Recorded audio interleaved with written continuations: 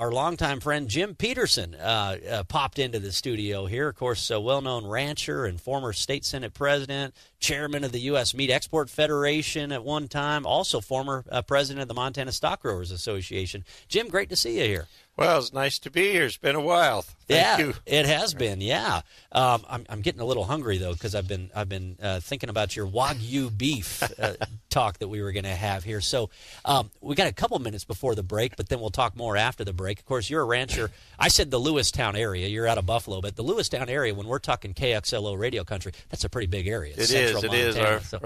Our friend Fred Lark. Yeah, Heidi Ho, and away we go. That's right. Yeah, he's probably tuning in right now. So you started doing. So what is Wagyu beef? How would you describe it to the layman out there?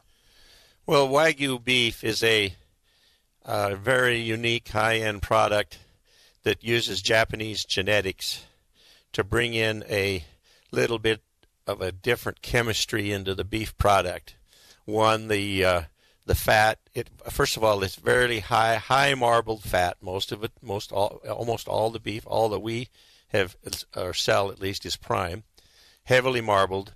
The fat has a very low melting point, and the chemistry in the fat, the cholesterol chemistry is a little different. It has more of the helpful cholesterol and less of the harmful cholesterol. Interesting. As you compare it to regular beef, it's not that regular beef isn't good. Don't misunderstand me. I'm a beef guy, and I've been there all my life, and I love it.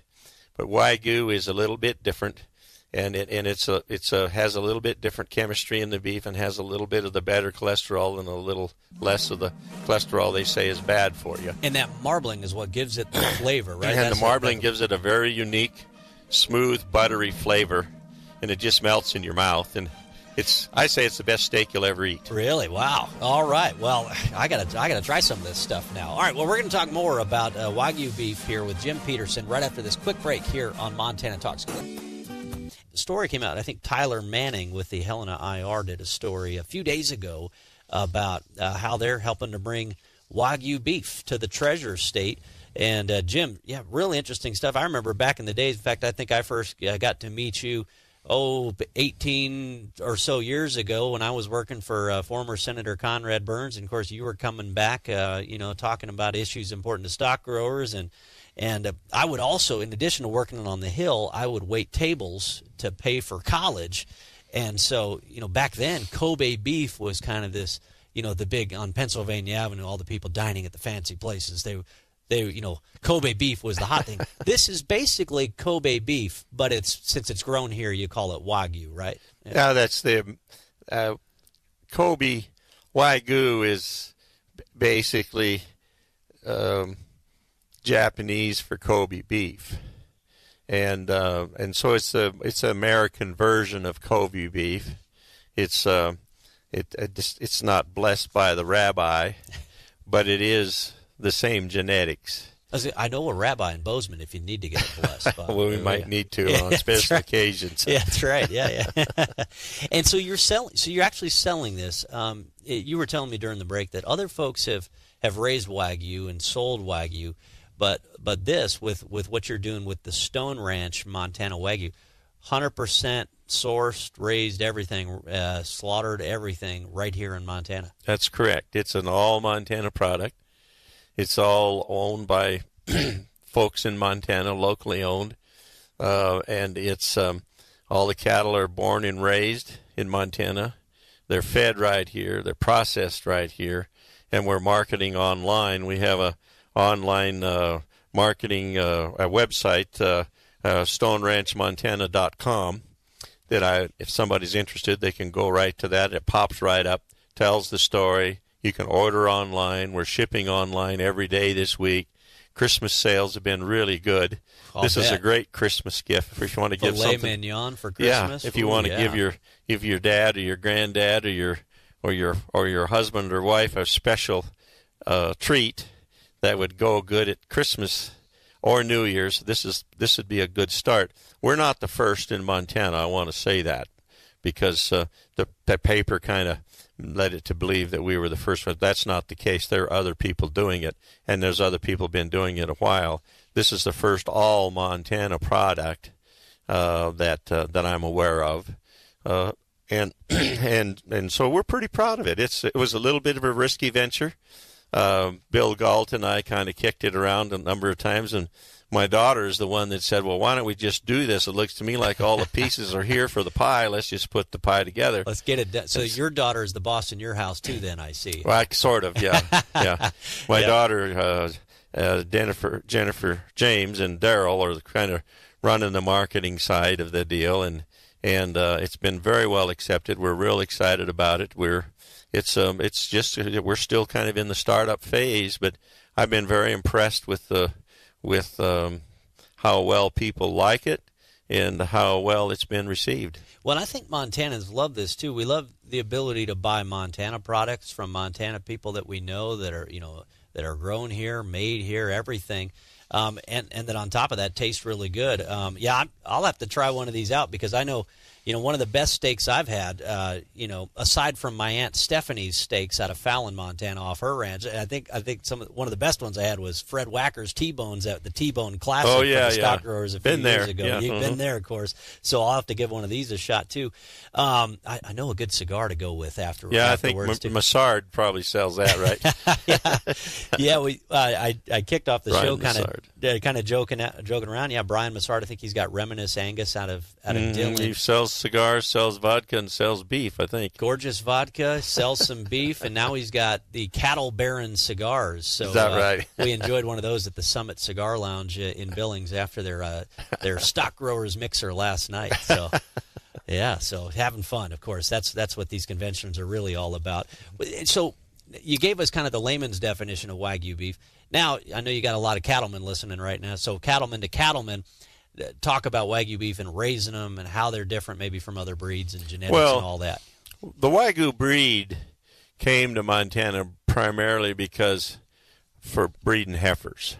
Some of these larger operations, can't bring them into a barn and calve them inside like many of us do.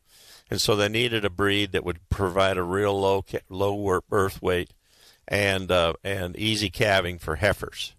And that's why Bill Galt got into it 20 years ago, because he has a fairly large operation. And then the question became, well, then how do you sell it? And they're not a very pretty animal. In fact, oh, really? A typical rancher would say, geez, those things are ugly. And in some cases they are. But what about it? What about them makes them look ugly? I don't know. Well, a little head, and they don't have a great big butt on them, like we'd like to see a big Angus steer have. Uh-huh. But the meat is delicious, and if you feed these cattle are all long-fed cattle. Many of them are fed for a year, but the marbling is the key. The marbling in this low melting point on the fat's kind of a buttery fat. It almost, when you rub it with your fingers, it almost feels like olive oil. Wow. It's so smooth, And it's real popular especially, I know we got people in rural Montana saying, well, why do we need to, sell this Wagyu beef? Hey, you go to some of the bigger cities and at the nice establishments, they're gonna mention it on the menu as a selling point. Well, 3 of the best restaurants in Helena now are featuring it. Sure. On Broadway features it. There's 2 more restaurants there. Luca's on the Gulch features it. And then we have a new restaurant, Wasweiler's, in Helen, and they're all featuring it and selling it like hotcakes. I mean, yeah. When on Broadway features it, they sell out. They've been featuring the New York steak and the ribeye steak and selling out almost every night they feature it. Yeah. Well, Jim, it's really been great to have you pop into the studio because I know you got to head back home before tomorrow when we'll be live for the entire Stock Growers convention for our show. But given your past role as a past president of the Stock Growers, the U.S. Meat Export Federation, what's your just general take on the overall state of things? With trade, obviously we've had some news on U.S., Mexico, Canada. It looks like maybe some positive developments now with China and with Europe. What's your 30,000-foot big picture view of all this that's been going on? Well, I think we're nervous. I think people in agriculture are nervous. That reminds me, it's almost like you feel like you're walking on eggshells a little bit. You don't know from day to day what's going to happen, I think that everybody is really eager to see some change, but we don't want to have, a disaster in the process. And so I think we're all watching closely. Agriculture has such a tremendous opportunity in the international marketplace right now. We have record supplies, all-time record supplies now of beef, pork, and poultry, all at the same time.